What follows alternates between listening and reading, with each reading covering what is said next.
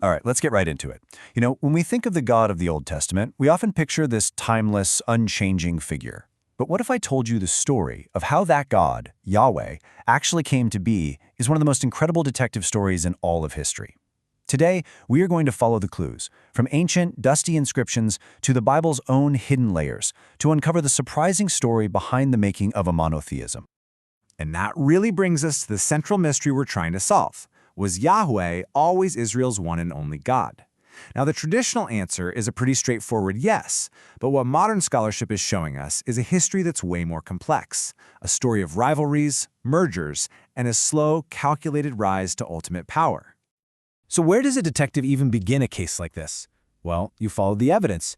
And what's so fascinating here is that the first clue leads us outside the familiar lands of ancient Israel and Canaan altogether. You see, when archaeologists unearthed the ancient city of Ugarit, they hit the jackpot. They found tablets that were basically a who's who of the Canaanite gods, this whole divine family led by the high god El and his powerful son, the storm god Baal. But here's the kicker. One name is totally missing from all of these lists: Yahweh. That's a massive clue. It tells us he wasn't part of the local club. He was an outsider. Okay, so if Yahweh wasn't a native Canaanite god, where in the world did he come from? Well, our first big break in the case takes us south, deep into the desert. This is what scholars now call the Southern Hypothesis. And this, right here, is our smoking gun. The absolute earliest evidence we have for Yahweh outside of the Bible comes from an Egyptian temple dated all the way back to the 14th century BCE.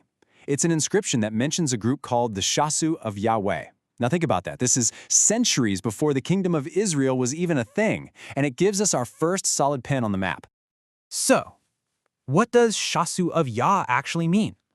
Well, Shasu was the Egyptian term for these Semitic nomads who roamed the deserts way south of Canaan, in lands we know as Edom and Midian.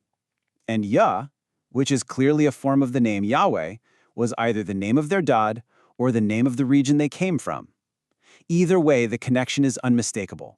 The earliest worship of this deity is happening down south. And here's where it gets really wild. The Bible's own poetry actually remembers this. The oldest poems in the Hebrew Bible, like the Song of Deborah, don't talk about a god who is always hanging around Canaan.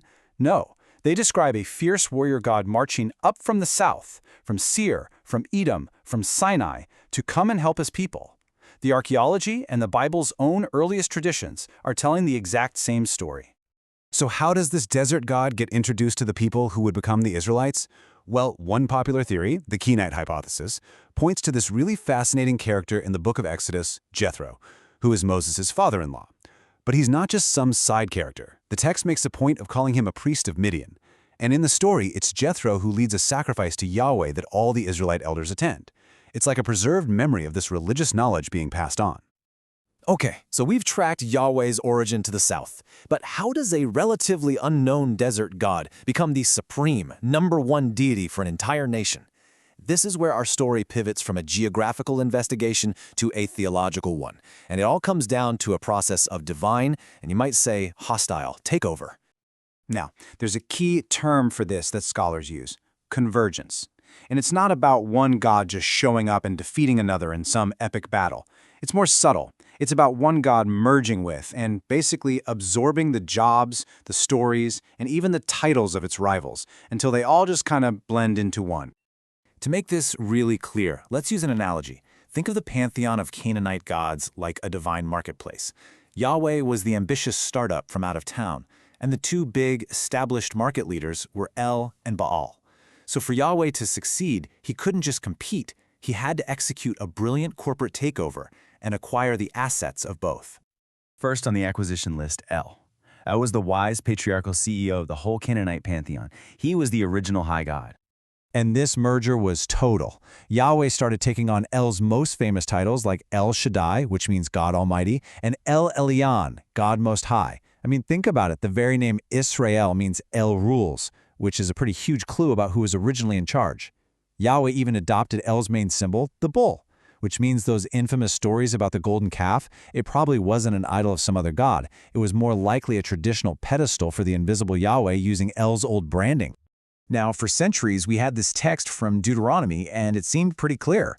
It says the Most High gives Israel to his people. Everyone just assumed Most High meant, well, God. Simple enough, right? But then, the Dead Sea Scrolls were discovered, and they contained an older version of this exact same text that tells a completely different and frankly shocking story. Here, it's Elion, which is a title for El, who's dividing up the nations. And what does he do? He assigns Israel to a lesser deity named Yahweh. The implication of this is just massive. What our oldest textual evidence is telling us is that Yahweh didn't start out as the supreme being. He started as one of the sons of El, like a junior member on the divine board of directors who was given Israel as his specific portfolio. Later on, scribes literally edited the text to hide this polytheistic past and finalize the merger of El and Yahweh into a single being. Wow. So Yahweh acquired the authority of the CEO, El. But, to be the god of a place like Canaan, which depended on agriculture, you needed more than just authority. You needed to control the rain. And that meant taking on the wildly popular and powerful chief operating officer of the pantheon, the mighty storm god, Baal. See, Baal's entire brand, his whole claim to fame, was built on this foundational myth called the Chaoskampf, the cosmic battle against a sea monster. By defeating the chaotic sea god Yam, Baal proved his power and earned his kingship. So if Yahweh wanted Baal's job, he was going to have to steal his story. And that is precisely what happened. I mean, the parallels here are absolutely stunning. Baal battles the sea god Yam. The Bible describes Yahweh battling sea monsters named Leviathan and Rahab. Baal's voice is the thunder.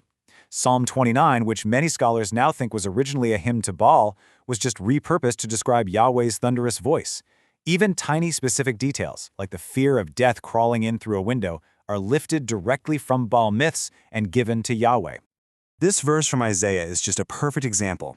Scholars point out that it's almost a word-for-word translation of an Ugaritic text describing Baal's victory over a seven-headed sea serpent named Lotan. Yahweh didn't just beat his rival, he literally took his greatest hits and released them as his own. So you see, this was about way more than just swapping stories. By taking over Baal's myths, Yahweh took over his entire job description. He was now the God who brought the rains, who made the crops grow, who guaranteed fertility. And for your average farmer in ancient Israel, that was the most important job any god could have. And all of this brings us to our final, simple equation. The supreme God we know as Yahweh is actually a composite figure, born from this process of convergence. He has the ultimate cosmic authority of the old CEO, El, combined with the dynamic, world-saving power of the COO, Baal. It was, for all intents and purposes, the perfect divine resume. So let's just recap what our investigation has turned up. The evidence suggests that Yahweh started out as an outsider god from the southern deserts, and he rose to the top not through some overnight miracle, but through a long, strategic process of divine merger and acquisition, absorbing the authority of the high god El and taking the powers of the storm god Baal for himself. And this whole incredible story leaves us with one last big question to think about. The history of Yahweh shows us that the identity of a god isn't always fixed. It can be shaped by history, by culture, by competition, and it really makes you wonder, doesn't it? How do the stories that we tell today in all of our cultures continue to reshape the gods, the beliefs, and the ideals that we worship?